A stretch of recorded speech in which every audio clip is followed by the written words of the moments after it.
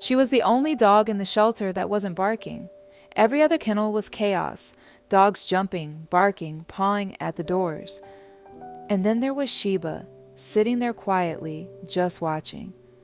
I had wanted a dog my whole life, and I always knew that when the time came, I wanted to adopt. Pet shops were never for me.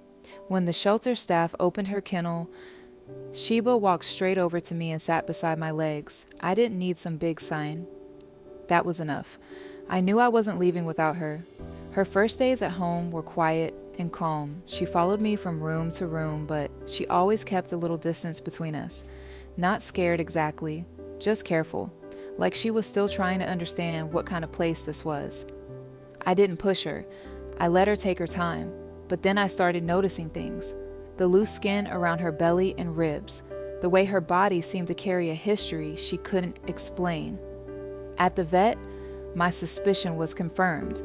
Sheba had most likely been used for breeding for years, and when she was no longer useful, someone had simply let her go, standing beside that examination table.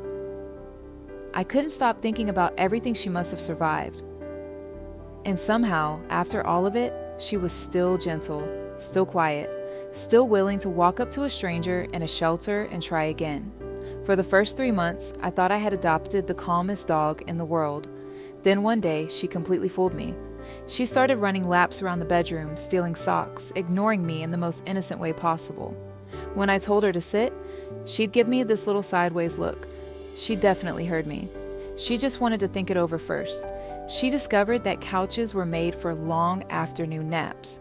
She figured out that the sound of the fridge opening meant a tiny piece of cheese might accidentally fall on the floor. And I will never forget the first time I gave her a squeaky toy.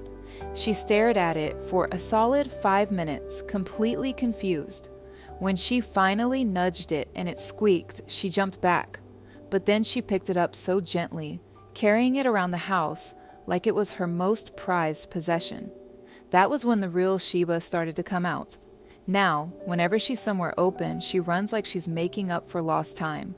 No fences, no kennels, no one expecting anything from her, just running.